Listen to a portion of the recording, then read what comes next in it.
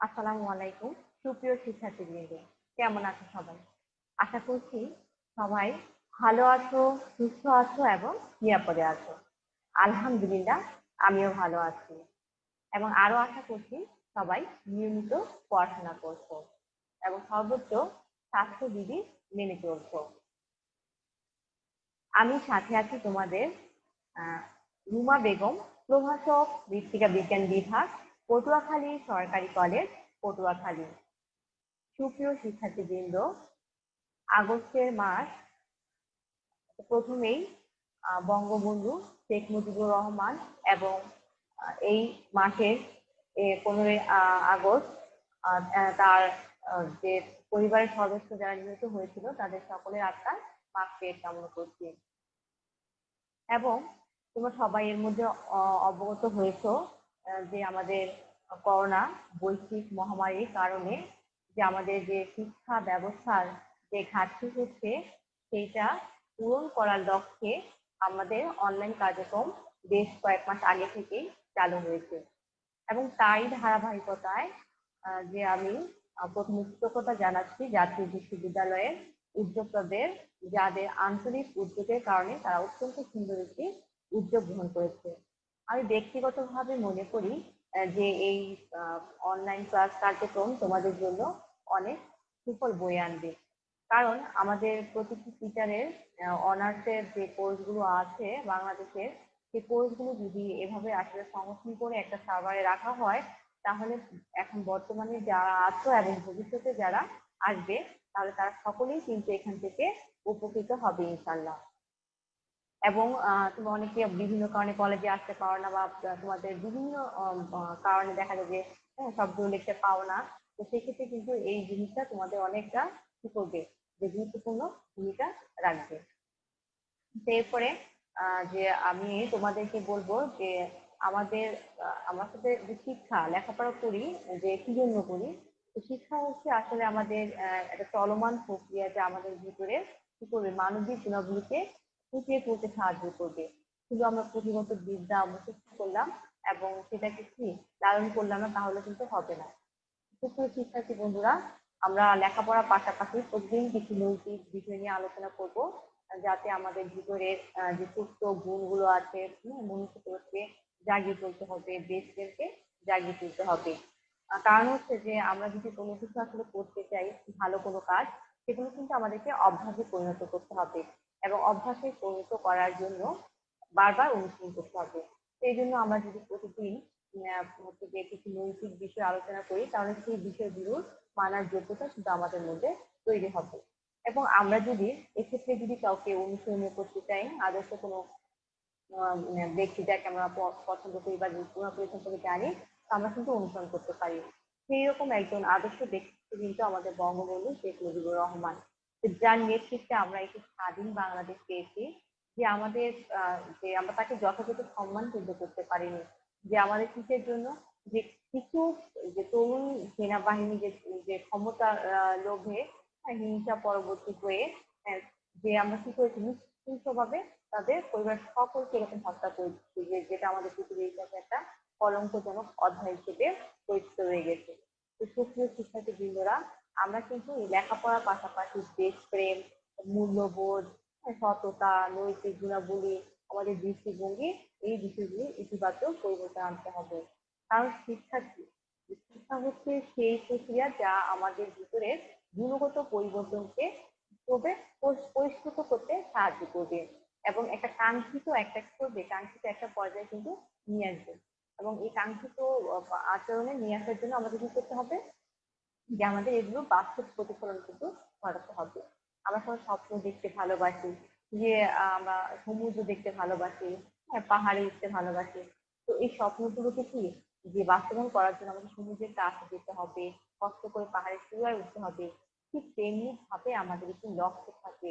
সেই লক্ষ্য দেখি, সেই লক্ষ্যে কাঙ্ক্ষিত লক্ষ্যে পৌঁছানোর জন্য অবশ্যই আমাদেরকে কি করতে হবে, কঠোর পরিশ্রম করতে হবে।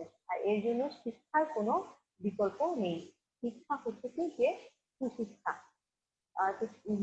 সুপ্রিয় শিক্ষার্থীরা, যে আমরা কি করবো, যে অবশ্যই প্রতিদিন আমরা কি করবো, যে দু একটি ভালো বিষয় নিয়ে আলোচনা করব এবং আমরা তার পাশাপাশি নিয়মিত পড়াশোনা করব। তাহলে আমাদের ভিতরে ইনশাল্লাহ আমাদের মানবিক গুণাবলী জেগে উঠবে। তো হচ্ছে গিয়ে আজকে আমরা যদি পড়াশোনায় যাই তার আগে বলি যে আমাদের এখন করোনা বৈশ্বিক মহামারী, সেক্ষেত্রে তোমরা অবশ্যই সর্বোচ্চ স্বাস্থ্যবিধি মেনে চলবে এবং পরিবারের সকলকে সাহায্য সহযোগিতা করবে। কারণ এই করোনার সময় আমরা কিন্তু দেখেছি যে মানুষের মানবিকতা কিন্তু অনেক নিচে নেমে গেছে। যে আমরা আসলে সবাইকে যে মানবিকভাবে কিছু কিছু বিষয় দেখেছি, এগুলো কিন্তু আসলে অনেকটা দুঃখনীয়। কারণ হচ্ছে আসলে এই বিষয়গুলো আমাদের মধ্যে ধারণ করতে পারিনি। তো আমাদের কিন্তু এই শিক্ষার পাশাপাশি অবশ্যই মানবিক গুণাবলীগুলোকে অবশ্যই অর্জন করতে হবে। তো শিক্ষার্থীরা, আজকে এখন আমরা চলে যাচ্ছি আমাদের মূল কার্যক্রমে, আমাদের অনলাইন আলোচনায়। তো আজকে অনলাইন আলোচনায় আমি যে বিষয়ে পাঠদান করবো সেই বিষয়টা আমরা একটু দেখি।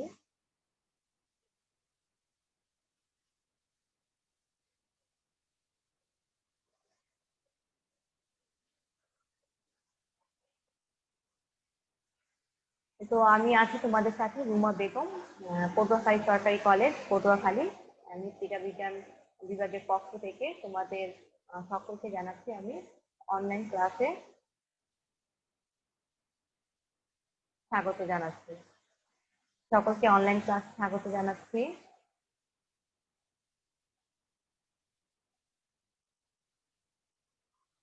আজকের বিষয় আমাদের মৃত্তিকা বিজ্ঞান অনার্স প্রথম বর্ষ, এবং এটা অনার্স প্রথম বর্ষে ইন্ট্রোডাক্টরি সয়েল ওয়ান বা মৃত্তিকা পরিচিতি নামে পরিচিত আছে, যার কোর্স কোড হচ্ছে 21-33-01।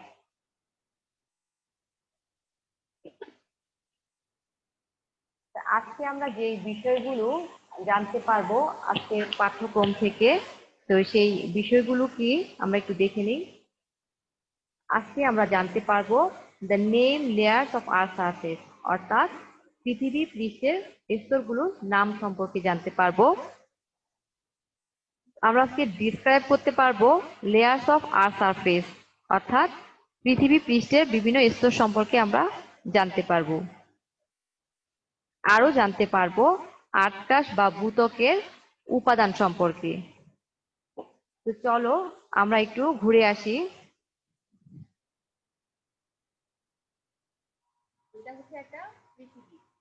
এটা হচ্ছে পৃথিবী, আর্টকাশ।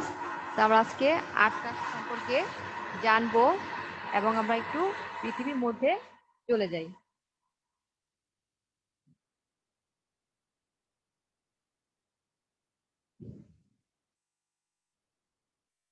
তাহলে আমরা যে দেখলাম সেটাই ছিল আমাদের আর্ট। তো এই যে আর্ট, এই আর্ট বা পৃথিবী, যেটাকে ধারণা করা হয় 4.5 বিলিয়ন ইয়ার্স আগে এটা সৃষ্টি হয়েছে, এবং এই উপগ্রহটা সূর্যের চারিদিকে ঘুরছে, এবং এই পৃথিবীটা হচ্ছে একমাত্র উপগ্রহ যেখানে লিকুইড ওয়াটার অর্থাৎ যে পানি রয়েছে, এবং যে জন্য হচ্ছে এটা কি নন লাইভ অর্থাৎ প্রাণীকুল এই পৃথিবীতে বসবাস করে। তাহলে আমি যদি পৃথিবী সম্পর্কে একটু বলতে চাই, সেই ক্ষেত্রে আমরা বলবো যে আমাদের এই যে বিশাল পৃথিবী, যে বিশাল পৃথিবী, এই বিশাল পৃথিবীটা হচ্ছে সৌরজগৎ, সৌরজগতের একটা অংশ বিশেষ, এবং অনেক সৌরজগৎ একত্রিত হয়ে নীহারিকা সৃষ্টি হয়েছে, আর এরকম অনেক নীহারিকা মিলিত হয়ে গঠন করেছে এই সুবিশাল বিশ্ব ব্রহ্মাণ্ড, যার ধ্যান ধারণা বা যার পরিধি কতটুকু সেটা কিন্তু আমরা জানি না। তো অতি প্রাচীন কাল থেকে মানুষ সৃষ্টি জগতের রহস্য সম্পর্কে জানার জন্য যে আগ্রহ প্রকাশ করেছে, এবং এই সকল গ্রহ, গ্রহাণুপুঞ্জ, উপগ্রহ নিয়ে মানুষ জানার চেষ্টা করে আসছে। তো 1610 খ্রিস্টাব্দে বিজ্ঞানী গ্যালিলিও যখন দূরবীক্ষণ যন্ত্র আবিষ্কার করে, এরপর থেকে বিজ্ঞানীগণ মহাকাশের নতুন নতুন তথ্য আবিষ্কার করার জন্য তৎপর হয়ে ওঠে। তো এই জন্য কি হয়, যে এরপর থেকে তারা এই আবিষ্কারের নেশায় হচ্ছে গিয়ে সন্ধান চালাতে থাকে। তো এই পৃথিবীর গঠন সম্পর্কে বিজ্ঞানী জেমস জিন্স, তারপর হচ্ছে জেফ্রিস, এরা হচ্ছে কি ধারণা করে যে কোটি কোটি বছর পূর্বে একটা বিরাট নক্ষত্র যখন সূর্যের নিকট দিয়ে যাচ্ছিল, তখন হচ্ছে গিয়ে এই নক্ষত্রর হচ্ছে কি মানে একেবারে প্রবল বিস্ফোরণ হয়েছিল, এবং এই বিস্ফোরণের ফলে নক্ষত্রের কিছু কিছু অংশ খণ্ড হয়ে চতুর্দিকে চারিদিকে বিক্ষিপ্ত হয়ে পড়ে, এবং এর কিছু অংশ সূর্যের নিকট থেকে যায়। এরা হচ্ছে যে সূর্যের যে মহাকর্ষ বল আছে, সেই মহাকর্ষ বলের প্রভাবে এই খণ্ড খণ্ড অংশগুলো কি করে চারদিকে গ্রহ উপগ্রহ হয়ে ঘুরতে থাকে। তো এই যে ঘুরতে থাকে, এদেরই একটি হচ্ছে গিয়ে পৃথিবী। এদের একটি হচ্ছে পৃথিবী। তো সেই পৃথিবী সম্পর্কে আরো একটু যদি আমরা বলতে যাই, যে পৃথিবী আসলে যেভাবে সৃষ্টি হোক না কেন, যখন পৃথিবীটা উৎপত্তি হয়েছিল তখন এটা ছিল সূর্যের ন্যায় একটা জ্বলন্ত গ্যাস পিণ্ড। তো এই জ্বলন্ত গ্যাস পিণ্ডটা কোটি কোটি বছর যাবত হচ্ছে কি অনেক সময়ের মধ্য দিয়ে সেই বাষ্পময় যে দেহ ছিল সেখান থেকে পৃথিবীর যে বর্তমান যে এখন কঠিন অবস্থা, সেই কঠিন অবস্থায় কিন্তু এসেছে। তো সাধারণভাবে কিভাবে আমরা জানি যে কঠিন হয়? সাধারণত তাপ বিকিরণের মাধ্যমে। তো এই তাপ বিকিরণের ফলে তাদের দেহের কতকাংশ তোমার হচ্ছে শীতল এবং ঘনীভূত হয়ে প্রথমে হচ্ছে কি তরল হয়েছে। তো এই যে তরল হয়েছে, যে পৃথিবীর যে বিভিন্ন উপাদান রয়েছে, সেই উপাদানগুলোর যে তাপ বিকিরণের মাত্রা, সেই মাত্রাটা কিন্তু হিমাঙ্কটা এবং ঘনত্বটা কিন্তু বিভিন্ন। তো সেই জন্য এই যে তরল অবস্থায়, এই তরল অবস্থায় পৃথিবীর উপাদানগুলোর মধ্যে তোমার হচ্ছে গিয়ে যে বিনিময় হয়েছে, উপাদানগুলোর সাথে বিনিময় হয়েছে। তা আমরা কিন্তু জানি যে সাধারণত যে হালকা যে দ্রব্য উপাদান, সেটা কিন্তু ভারী দ্রব্যের উপরেই সবসময় থাকবে। যেমন তেল পানির উপরে ভাসে সেই নিয়ম অনুসারে। তো এই নিয়ম অনুসারে যে অপেক্ষাকৃত যে ভারী উপাদানগুলো আছে, অর্থাৎ তোমার আয়রন, নিকেল, লৌহ, নিকেল, এরা কি হয়, এরা হচ্ছে যে যে তরল পিণ্ডটা ছিল, সেই তরল পিণ্ডের যে কেন্দ্র, সেই কেন্দ্রের নিচের দিকে ভারী হওয়ার কারণে তলিয়ে গিয়েছে। আর যে লৌহ উপাদানগুলো ছিল সেগুলো হচ্ছে উপরের দিকে ভেসে ওঠে। এই সময়ের মধ্যে এই যে পৃথিবীর উপাদানগুলোর ঘনত্ব, এই তারতম্য অনুসারে কিন্তু পৃথিবীটা স্তরে স্তরে সজ্জিত হয়েছে। আমরা দেখি যে এখন আমাদের পৃথিবীর কয়টি লেয়ার রয়েছে, স্ট্রাকচার অফ আর্থ। তো সেক্ষেত্রে আমরা এখানে দেখতে পাচ্ছি যে স্ট্রাকচার অফ আর্থের ক্ষেত্রে এখানে হচ্ছে গিয়ে তিনটি অংশ রয়েছে। এটা হচ্ছে গিয়ে কোর, কোর বা কেন্দ্রমণ্ডল, centrosphere or core, centrosphere, centrosphere Bangla হচ্ছে কেন্দ্রমণ্ডল বা কোর। এরপরের যে অংশটা আমরা দেখতে পাচ্ছি, এটার নাম হচ্ছে গিয়ে ম্যান্টল বা গুরুমণ্ডল, ম্যান্টল বা গুরুমণ্ডল, অথবা ইংলিশে বলা হয় ব্যারিস্ফিয়ার। এরপরে যে অংশটা রয়েছে সেটা হচ্ছে শিলা মণ্ডল বা লিথোস্ফিয়ার। শিলা, এটা হচ্ছে গিয়ে ক্রাস্ট, যেটা সেটা হচ্ছে গিয়ে কি শিলা মণ্ডল বা লিথোস্ফিয়ার। এখন এই যে তিনটি অংশ আছে এখানে আমরা দেখছি যে কোর, এই কোরের কিন্তু আবার দুইটি অংশ, দেখো ইনার কোর এবং আউটার কোর। তারপর হচ্ছে ম্যান্টেল এবং ক্রাস্ট, এবং আমরা এদিকে যে দেখতে পাচ্ছি রেঞ্জগুলো, এই রেঞ্জগুলো হচ্ছে গিয়ে তাদের বিস্তৃতি। তো আমরা একটু বিস্তারিত একটু দেখব। প্রথমেই চলে আসি আমরা যে কোর। আমরা যদি বিস্তারিত হিসেবে এখন কোর সম্পর্কে একটু বলি বা কেন্দ্রমণ্ডল সম্পর্কে একটু আলোচনা করি, যে কেন্দ্রমণ্ডল যেটা, যে কেন্দ্রে যে থাকে, কেন্দ্রে হচ্ছে এই যে কেন্দ্রমণ্ডল বা কোর, এই কেন্দ্রমণ্ডল বা কোরে কি থাকবে, যে সকল পদার্থ অনেক ঘনত্ব সমৃদ্ধ, যেমন তোমার হচ্ছে কি লৌহ, নিকেল, সেগুলো হচ্ছে কি, এই লৌহ নিকেল গুলো হচ্ছে গিয়ে তরল পিণ্ডের নিচে ডুবে একেবারে পৃথিবীর যে কেন্দ্র বা কোর, সেইখানে যে এই কেন্দ্রমণ্ডল বা কোরটি গঠন করেছে, তাহলে সেখানে কি থাকবে, অনেক বেশি ঘনত্ব সমৃদ্ধ লৌহ এবং নিকেল থাকবে। এবং এই মণ্ডলটি হচ্ছে কি তোমার কেন্দ্রের চতুর্দিকে প্রায় 3475 কিলোমিটার পর্যন্ত বিস্তৃত, 3475 কিলোমিটার পর্যন্ত বিস্তৃত, এবং এই মণ্ডলটা পানি অপেক্ষা প্রায় তোমার 10 থেকে 12 গুণ ভারী। তাহলে এই যে কোর আমরা দেখতে পাচ্ছি, এই কোর বা কেন্দ্রমণ্ডল, এটা কি, যেটা হচ্ছে গিয়ে ডেন্স, অধিক ঘনত্ব সমৃদ্ধ মেটালিক কোর, ধাতব একটা কেন্দ্রমণ্ডল। তো বিজ্ঞানীরা ধারণা করছে যে এই যে কোর মেটাল, এটা কি, যে এত যে ঘনত্ব, এর কিছু কারণ রয়েছে। তো এটা হচ্ছে গিয়ে যে অন্যান্য যে প্ল্যানেট আছে তার থেকে কি, যে মাসলেস হচ্ছে গিয়ে ডেন্সিটি। তো এর ঘনত্বটা যে তোমার অধিক ঘনিত সমৃদ্ধ লোহা, কিন্তু যার কারণে কিন্তু ঘন হয়ে এটা নিচের দিকে চলে গেছে। তো অ্যাভারেজে হচ্ছে গিয়ে যে কি, যেটা হচ্ছে গিয়ে অনেক বেশি লেস ডেন্স অ্যাভারেজে। তো এখন হচ্ছে যে এটা কারণটা কি, কারণ হচ্ছে যে এই যে ইন্টেরিয়র যেটা আছে, ইন্টেরিয়রটা হচ্ছে গিয়ে মানে ওভারঅল হচ্ছে গিয়ে তোমার অনেক বেশি ঘনত্ব সমৃদ্ধ লৌহ দ্বারা গঠিত। তো হিসাব করে দেখা যায় যে এই যে কেন্দ্রমণ্ডল আছে, এই কেন্দ্রমণ্ডলের 85% হচ্ছে গিয়ে তোমার ধাতব। কি ধাতব? সেটা হচ্ছে গিয়ে লৌহ বা আয়রন, এবং তার সাথে আছে 15% হচ্ছে তোমার নিকেল। এবং এখানে যে মেটালিক যে মেটেরিয়ালিটিস বা উল্কাপিণ্ড বা যে পাথরখণ্ড আছে, সেগুলাকে এই কোরের বা কেন্দ্রের মানে হচ্ছে এরাই প্রতিনিধিত্ব করে, বা এরাই হচ্ছে গিয়ে মেইন মেটাল। তাহলে এই যে এই আর্থের যদি এই মেটালটা না থাকতো বা এই ধাতব কোর না থাকতো, তাহলে কি যেটা ম্যাগনেটিক ফিল্ড হিসেবে কিন্তু কাজ করতো না, ম্যাগনেটিক ফিল্ড বা যেটা আমরা আকর্ষণ বলি সেই হিসেবে কিন্তু কাজ করতো না।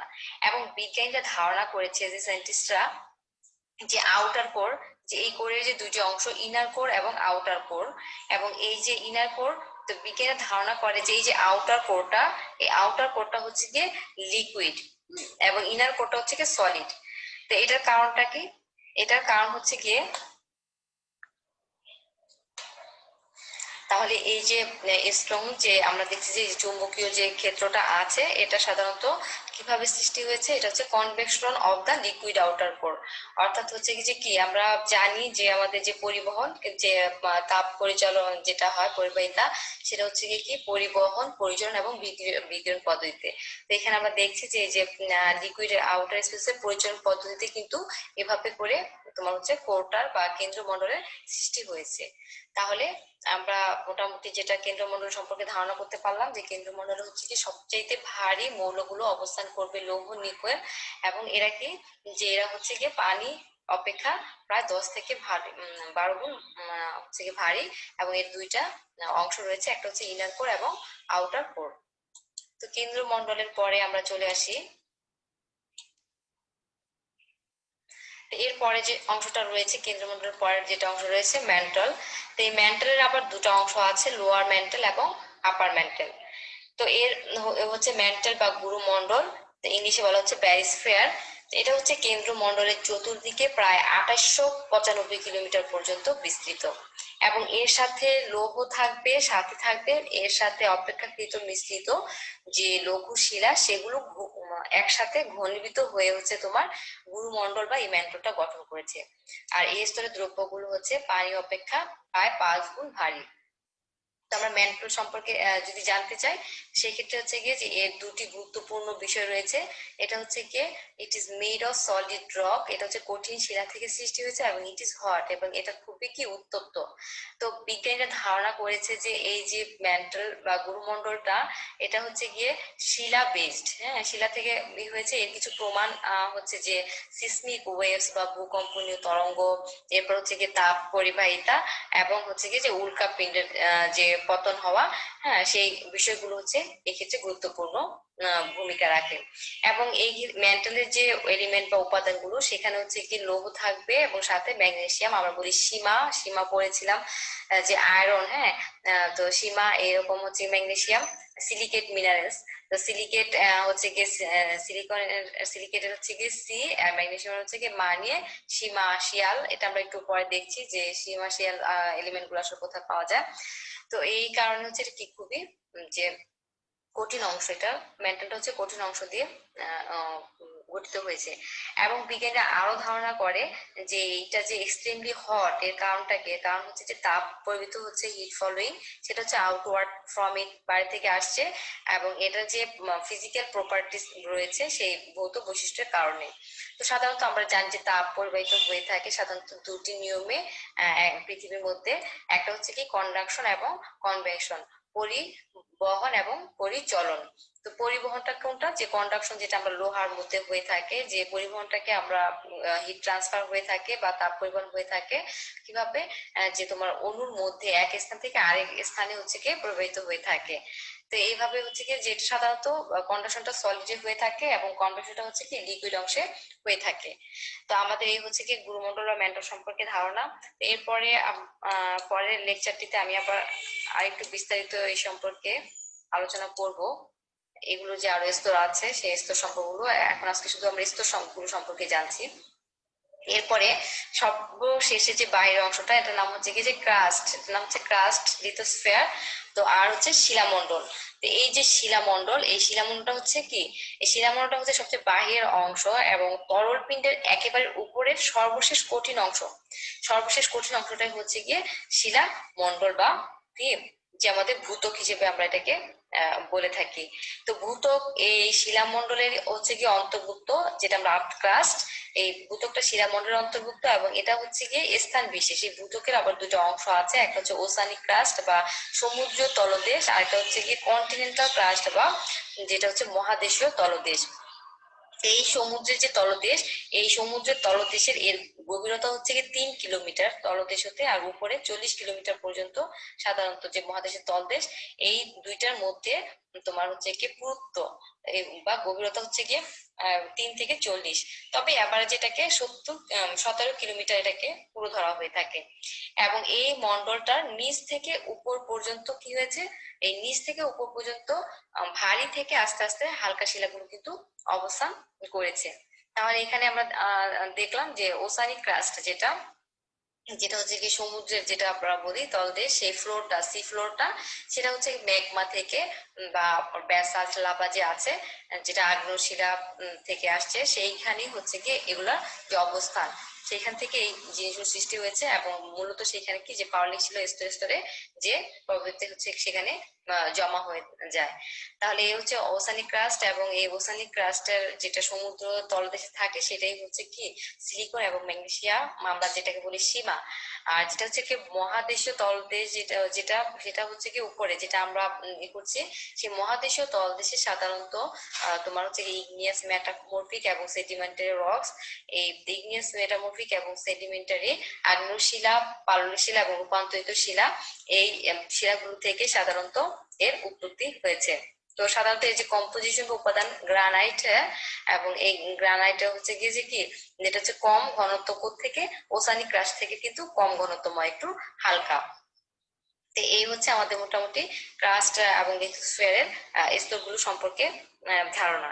তো এছাড়াও কিন্তু তোমার কতগুলো এই লিথোস্ফিয়ার বা শিলামণ্ডলের মধ্যেই যে কতগুলো গ্যাস আছে, যে যেই গ্যাসগুলো হচ্ছে যে আমাদের যে পৃথিবীর যে বর্তমান যে তাপমাত্রা, সেই তাপমাত্রা হতে কিন্তু কম।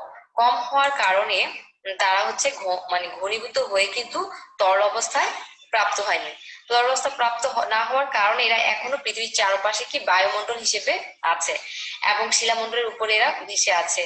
আর শিলামণ্ডলের অবনমিত যে অংশগুলো আছে নিচের দিকে, সেগুলো হচ্ছে পানি দ্বারা পূর্ণ হয়েছে, যাকে আমরা বলি বায়ুমণ্ডল বা হাইড্রোস্ফিয়ার। বায়ুমণ্ডল বা হাইড্রোস্ফিয়ার আমরা একে বলে থাকি। তো আমরা দেখি যে এই যে লিথোস্ফিয়ার, এই যে লিথোস্ফিয়ারটা হচ্ছে কি, যে আমরা যদি দেখি যে এই যে লিথোস্ফিয়ার আপার যে ম্যান্টেল, মানে ম্যান্টেলের যে উপরের অংশটা, সেটাই হচ্ছে কি লিথোস্ফিয়ার এবং ক্রাস্ট। তো এই ক্রাস্টটা হচ্ছে যে ভূত্বক বা আর্থের যে আউটার স্কিনটা, যেখানে আমাদের হিউম্যানের অস্তিত্ব, মানব জাতির অস্তিত্ব পাওয়া যায়। তো এই হচ্ছে আমাদের লিথোস্ফিয়ার সম্পর্কে ধারণা। তো শিলা মন্ডল, তো শিলামণ্ডল সম্পর্কে আমি যদি আবার একটু এক কথা বলতে যাই, আমাদের আর্ট ক্রাস্ট কম্পোজিশন এর আগে আরেকটু এক কথা বললে, তাহলে এই যে শিলামণ্ডল, এই শিলামণ্ডলে কি হচ্ছে তাহলে, যে বায়ুমণ্ডল, বায়ুমণ্ডল এবং হচ্ছে গিয়ে আহ, বায়ুমণ্ডলের সমন্বয়ে কিন্তু এই হচ্ছে ক্রাস্টটা গঠিত। তো আমাদের সাধারণ তাপমাত্রায় বায়ুমণ্ডল বা অ্যাটমসফিয়ার, এটা নিয়ে আমরা পরবর্তী 3 সেগমেন্টে আবার আলোচনা করব, যে অ্যাটমসফিয়ার লেয়ার সম্পর্কে, তারপরে এগুলো সম্পর্কে আরো বিস্তারিত আলোচনা করবো, বায়ুমণ্ডল সম্পর্কে। তো জাস্ট যে বায়ুমণ্ডলের যে প্রধান উপাদান আছে, এদের মধ্যে হচ্ছে তোমার নাইট্রোজেন এবং অক্সিজেন আছে, তাছাড়া আছে কি যে আর্গন এবং কার্বন ডাই অক্সাইড। তো এই যে উত্তপ্ত যে পদার্থ আমরা জানি, শীতল হলে এর আয়তনটা কি হয়, অনেক কমে যায়। তো ভূ অভ্যন্তরে যে উত্তপ্ত পদার্থ, সেগুলো কি ঠান্ডা হওয়ার ফলে ভূপৃষ্ঠের অভ্যন্তরে কোথাও কোথাও কি হয়েছে, যে তোমার মানে ফাটল হয়েছে, এবং কোথাও ওই অংশের ভূপৃষ্ঠের নিচের দিকে বসে যে খাদের সৃষ্টি করছে। তো খাদের সৃষ্টি হওয়ার কারণে কি হয়েছে, যে আবার কোথাও তো খাদ সৃষ্টি হয়েছে, আবার কোথাও ভেতরে গলিত পদার্থ বাহির হবার চেষ্টায় ভূত্বকের খানিকটা অংশ আবার উঁচু হয়ে গেছে, উঁচু হয়ে আবার পাহাড় পর্বতের সৃষ্টি হয়েছে। তো এই যে খাদ অংশগুলো যেগুলো হচ্ছে তোমার ফাটল হয়েছে, সেখানে পানি জমা হয়ে সাগর মহাসাগরের সৃষ্টি হয়েছে। আর পানির উপরের উঁচু অংশগুলো, যেটাকে আমরা স্থলভাগ হিসেবে চিহ্নিত করি। তাহলে এই হচ্ছে আমাদের মোটামুটি হচ্ছে তোমার এই সম্পর্কে ধারণা। তো এখন আমরা চলে আসি আমাদের আর্ট ক্রাস্ট সম্পর্কে। তো আর্ট ক্রাস্ট বা যে ভূত্বক, এই ভূত্বকটা হচ্ছে পৃথিবীর উপরভাগের কঠিন আবরণ। এই কঠিন আবরণটাকে আমরা বলি ভূত্বক।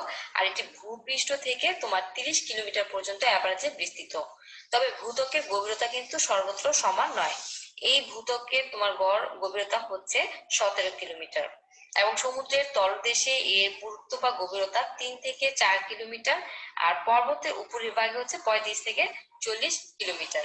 তো এই ভূত্বকের উপাদানগুলো যদি আমরা একটু এখন দেখি, তো সব এভারেজে আমরা বলেছি 16 কিলোমিটার। এই ভূত্বকের ঘনত্বটা হচ্ছে 2.8 থেকে 3.4। এই ভূত্বকের উপাদানে অনেক বৈচিত্র্যতা আছে থাকলেও এর যে মৌলিক উপাদান, এর মধ্যে 8টি উপাদান হচ্ছে বেশি গুরুত্বপূর্ণ। 8টি উপাদান বেশি গুরুত্বপূর্ণ। তো এই উপাদানগুলো হচ্ছে আমরা দেখি যে কি, যে অক্সিজেন, সিলিকন, আমরা এখানে সিলিকন দেখতে পাচ্ছি, সিলিকন, তারপর অক্সিজেন, হ্যাঁ, aluminium, iron, calcium, sodium, potassium, magnesium. এই 8টি উপাদান হচ্ছে মূলত কি যে প্রধান উপাদান, এবং বাকি অন্যান্য তোমার রয়েছে টাইটেনিয়াম, তারপর হচ্ছে তোমার hydrogen, phosphorus, carbon, manganese, sulphur, অন্যান্য উপাদান আরো রয়েছে। তো এর মধ্যে সিলিকন, দেখো আমরা সিলিকনের পরিমাণ দেখছি যে প্রায় 28%, অক্সিজেন 47%, আর অ্যালুমিনিয়াম 8.1%। হ্যাঁ, বা এভাবে মিলেই হচ্ছে গিয়ে 100% কমপ্লিট হয়েছে। তো এই সমস্ত উপাদানের মধ্যে অক্সিজেন এবং সিলিকন, এই অক্সিজেন এবং সিলিকন এরা দুইটা মিলিয়ে হচ্ছে 73%। কতটুকু? 73%। আর বাকি যে 6টি উপাদান আছে, এই 6টি উপাদানের যে পরিমাণ আমরা দেখতে পাচ্ছি, এই 6টি উপাদান একত্রে হচ্ছে সবগুলো মিলে 24.17%। তো এই ভূত্বকের অধিকাংশ স্তরই হচ্ছে গ্রানাইট এবং ব্যাসাল্ট শিলা দ্বারা গঠিত, এবং গ্রানাইটের উপরের দিকে তোমার হচ্ছে গিয়ে গ্রানাইট গুলো থাকবে উপরের দিকে, এবং মাঝখানে থাকবে ব্যাসাল্ট, আর নিচের দিকে থাকবে পাললিক শিলা। তো এই গ্রানাইট এবং ব্যাসাল্ট, এই গ্রানাইট এবং ব্যাসাল্ট শিলার মূল উপাদানই হচ্ছে গিয়ে সিলিকন এবং অ্যালুমিনিয়াম। তো আমরা মোটামুটি পৃথিবীর স্তর সম্পর্কে এবং ভূত্বকের উপাদান সম্পর্কে জানলাম। তাহলে আমরা যে মেইন এটা দেখলাম যে আমাদের এই যে আর্থ বা ভূত্বক, এটা হচ্ছে গিয়ে 3টা স্তরে ভাগ হয়েছে। তো 3টে স্তরের ভিতরে যে উপরে হচ্ছে প্রথমে লঘু শিলা স্তর, এরপর হচ্ছে মধ্যবর্তী গুরু শিলা স্তর, আর নিচে হচ্ছে আরেকটা শিলা স্তর আছে, সেটা হচ্ছে অলিভিন অলিভিন জাতীয় শিলা স্তর। তো উপরে যে লঘু শিলা স্তর, এটা হচ্ছে ভূত্বকের সবচাইতে, আর্টক্রাস্টের সবচাইতে উপরের স্তর। এখানে হচ্ছে কি গাছপালা এবং তৃণাদি জন্মায়, এবং এখানে হচ্ছে লঘু গ্রানাইট শিলা আছে। আর এখানে আমরা আগে বলেছি যে কি থাকে উপরে, সিলিকন এবং অ্যালুমিনিয়াম, যাকে বলি শিয়াল। শিয়াল মনে রাখার জন্য সিলিকন অ্যালুমিনিয়াম থাকে। এবং মধ্যবর্তী গুরু শিলা স্তর, সেখানে হচ্ছে ব্যাসাল্ট জাতীয় শিলা থাকে, ব্যাসাল্ট জাতীয় শিলা থাকে, এবং এই স্তরে সিলিকা ও ম্যাগনেসিয়ামের পরিমাণটা হচ্ছে বেশি, যাকে বলি আমরা সীমা সীমা বলি, যে সিলিকন এবং ম্যাগনেসিয়াম। এবং নিচে যে অলিভিন জাতীয় শিলা স্তর আছে, সেখানে হচ্ছে কি, যে এখানে হচ্ছে অলিভিন নামক একটা ক্ষারকীয় এবং অধিক মানে তোমার হচ্ছে কি ভারী, এটা হচ্ছে কি খনিজের উপাদানে এই স্তরটি হচ্ছে গঠিত। তো শিক্ষার্থীরা, আজকে তোমাদেরকে এই সম্পর্কে ধারণা দিলাম। এখন এটা তো এখন এই আর্টের সাথে আমাদের হচ্ছে মৃত্তিকার কি সম্পর্ক, সেই বিষয়ে আমি একটু বলতে চাই। তো মৃত্তিকার সাথে আর্টের যে সম্পর্কটা, সেটাকে আমরা বলি হচ্ছে গিয়ে সয়েল ইকোলজি। সয়েল ইকোলজি বা মৃত্তিকা পরিবেশ বিজ্ঞান, এই সম্পর্কে পরবর্তীতে আমি একটা আরো বড় লেকচার দিব ইনশাল্লাহ। তো সেই সম্পর্কে আমি এখন যদি একটু বলি যে তাহলে কেন আমাদের মৃত্তিকার সাথে আর্টের এই সয়েল ইকোলজির সম্পর্ক, তো সেই হিসেবে আমি একটু গুরুত্ব সম্পর্কে বলতে চাই। যে বর্তমানের যে বিভিন্ন প্রযুক্তি বিজ্ঞান আছে, সেখানে কিন্তু এই সয়েল ইকোলজি সক্রিয় ভূমিকা পালন করছে। তো আমাদের জীবজগতের আবাসস্থল হিসেবে মৃত্তিকার গুরুত্ব অপরিসীম। কারণ হচ্ছে জীব এবং তার পরিবেশ সমর্থন নিয়েই কিন্তু এটা আলোচনা করে। তো এটা আমরা কিসের জন্য জানতে হবে, যে আমাদের যে সয়েল ইকোলজি, এটা হচ্ছে প্রাকৃতিক ভারসাম্যের বিষয়ে আমাদেরকে অবহিত করে। মৃত্তিকা দূষণ, মৃত্তিকার গুণগণের অবনতি, ভূমিক্ষয় ইত্যাদি সম্পর্কেও কিন্তু আমরা এই সয়েল ইকোলজির মাধ্যমে জানতে পারি। এরপর বনভূমি, আবাদযোগ্য ভূমি, পাহাড়িয়া অঞ্চল ইত্যাদি সংরক্ষণের এই প্রয়োজনীয়তা সম্পর্কে আমরা সচেতন হতে পারি। শস্য বিন্যাস, মৃত্তিকার ব্যবস্থাপনা, এই সম্পর্কে আমরা সুষ্ঠু ধারণা পেতে পারি। বর্তমান পৃথিবীতে যে ক্রমবর্ধমান জনসংখ্যা বেড়ে চলছে, তাদের চাহিদা অনুযায়ী শস্য উৎপাদন বৃদ্ধিতে সহায়তা করতে পারি। ফসল উৎপাদনের সহায়তাকারী যে অণুজীব গোষ্ঠী রয়েছে, মাইক্রো অর্গানিজম, তাদের কর্মকাণ্ড কোন পর্যায়ে রাখা প্রয়োজন সেই বিষয়ে মৃত্তিকা পরিবেশ থেকে আমরা কি সাহায্য পেতে পারি। মৃত্তিকা পরিবেশ অণুজীবের যে বিভিন্ন ধরনের যে সম্পর্ক রয়েছে, প্রতিক্রিয়া রয়েছে, যেমন তাদের মধ্যে সহযোগিতা বা প্রতিযোগিতা, লুণ্ঠন, আক্রমণ, এই বিষয়গুলো কিন্তু আমরা এরকম সয়েল ইকোলজি থেকে জানতে পারি। সয়েল ইকোলজি বা মৃত্তিকা পরিবেশ বিজ্ঞানের মাধ্যমে মৃত্তিকার অণুজীব, উদ্ভিদ ও প্রাণীর অভিযোজন সম্পর্কেও কিন্তু আমরা তথ্য জানতে পারি। এছাড়া সয়েল ইকোলজি বা আর্থের যে একটা মানে মৃত্তিকা নিজেই হচ্ছে ইকোসিস্টেম, এটা হচ্ছে আর্থের একটা অংশ। এটা মৃত্তিকার অণুজীব, উদ্ভিদ, প্রাণী এদের মধ্যে কি করে অ্যাডাপ্টেশন বা অভিযোজন এরকম একটা সম্পর্ক গড়ে তোলে। সয়েল ইকোলজি মৃত্তিকার যে বায়োটিক এবং অ্যাবায়োটিক কম্পোনেন্টস আছে ইকোসিস্টেম, যার সম্পর্কে আমি পরবর্তীতে আরো একটি লেকচার দিব ইকোসিস্টেম সম্পর্কে। তো সেই সম্পর্কে কি করে যে তাদের যে পারস্পরিক ক্রিয়া বিক্রিয়া আছে সেই সম্পর্কে কিন্তু আমরা সয়েল ইকোলজি থেকে ধারণা পেতে পারি। এরপর মৃত্তিকার অণুজীব এবং উদ্ভিদরাজির যে পুষ্টি ও শক্তির উৎস হিসেবে মৃত্তিকার ভূমিকা সম্পর্কে কিন্তু এই মৃত্তিকা পরিবেশ বিজ্ঞান খুবই প্রয়োজন। তাছাড়া আমাদের বায়ো জিও কেমিক্যাল, জৈবিক রাসায়নিক যে চক্র আছে, এই পরিবেশে যদি তাৎপর্য আমরা জানতে চাই সেক্ষেত্রে আমাদের সয়েল ইকোলজি জানা একান্ত প্রয়োজন। এছাড়া মৃত্তিকার পরিবেশ বিজ্ঞান বায়োটেকনোলজি বা জৈব প্রযুক্তি সম্পর্কে কিন্তু আমাদেরকে ধারণা প্রদান করে থাকে। তো মূলত কৃষি বিজ্ঞান, চারণভূমি, বন সংরক্ষণ, বন সৃষ্টি করা বা বন সৃজন, কীটপতঙ্গ নিয়ন্ত্রণ, বন্যা নিয়ন্ত্রণ, মৎস্য চাষ, ভূমি ক্ষয় রোধ, বন্যপ্রাণী সংরক্ষণ, এ সকল ক্ষেত্রে ইকোলজির কি প্রত্যক্ষ একটা যোগাযোগ রয়েছে। তো পরিবেশ দূষণ কি যে এখন একটা আন্তর্জাতিক আমরা জানি সমস্যা। তো এই আর্তের সাথে মৃত্তিকার একটা বিশাল ঘনিষ্ঠ সম্পর্ক রয়েছে। তাই আমাদের এই পরিবেশ দূষণ নিয়ন্ত্রণ এবং পরিবেশ দূষণ থেকে আমাদের জীবগোষ্ঠীকে বাঁচানোর জন্য আমাদের ইকোলজির কিন্তু অবশ্যই জ্ঞান থাকতে হবে। কাজে আমরা বলতে পারি যে আর্তের একটি অংশ সয়েল ইকোলজি এই মৃত্তিকার পরিবেশ বিজ্ঞানের তথ্যাদি দিয়ে আমরা মৃত্তিকার ব্যবস্থাপনার কর্মকাণ্ড কিন্তু কি সহজে এরকম ধারণা করতে পারি। তো সুপ্রিয় শিক্ষার্থীবৃন্দ, আজকে আমরা এ পর্যন্ত এখানেই শেষ করব। এই জন্য হচ্ছে কি আজকে স্লাইডে তোমাদের সকলকে আমি ধন্যবাদ জানাচ্ছি। হ্যাঁ, এখন আমরা আশা করছি যে সব বিষয়গুলো সম্পর্কে ধারণা করতে পেরেছি। তো সুপ্রিয় শিক্ষার্থীবৃন্দ, আমি তোমাদেরকে আবারও বলতে চাই যে লেখাপড়ার পাশাপাশি আমাদের অবশ্যই মানবিক গুণাবলীগুলিকে কি ধারণ করতে হবে। যে এখন আমরা যে এই 3-4 মাস বাসায় থাকলাম, আমাদের কি জেন্ডার বৈষম্য করলে কিন্তু হবে না, যে আমরা যারা ছেলে শিক্ষার্থী আছি, হ্যাঁ, ঘরের কাজগুলো মেয়েদের, এরকম ধারণা কিন্তু মনোভাব করলে আমাদের চলবে না। আমাদের দৃষ্টিভঙ্গির পরিবর্তন আনতে হবে।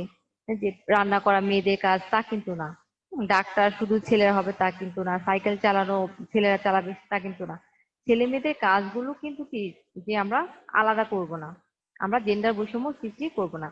দু একটি নির্দিষ্ট কাজ ছাড়া ছেলে মেয়েদের দু একটি কাজ শুধু আইডেন্টিফাই করার জন্য যে কি করব, যে ওইটা হচ্ছে গিয়ে যেটা আমরা বলি যে নারী পুরুষকে শুধু আলাদাভাবে চিহ্নিত করার জন্য যে আমরা বলে থাকি আলাদাভাবে, কিন্তু জেন্ডার বৈষম্য কোনোভাবেই চলবে না। এই জন্য আমরা সবাই সবাইকে সাহায্য করব, আমাদের দৃষ্টিভঙ্গি চেঞ্জ করব। তাহলে কি হবে যে আমরা হচ্ছে সকলের মধ্যে সুসম্পর্ক থাকবে এবং আমাদের মানবিক গুণাগুলো কিন্তু কি যে বাড়তে থাকবে। তো আজকে এই পর্যন্তই থাক। সকলে ভালো থাকো, সুস্থ থাকো, নিরাপদে থাকো, এই বলে আমি তোমাদের কাছ থেকে বিদায় নিচ্ছি। আমার জন্য দোয়া করো, বেঁচে থাকলে আবার দেখা হবে ইনশাল্লাহ।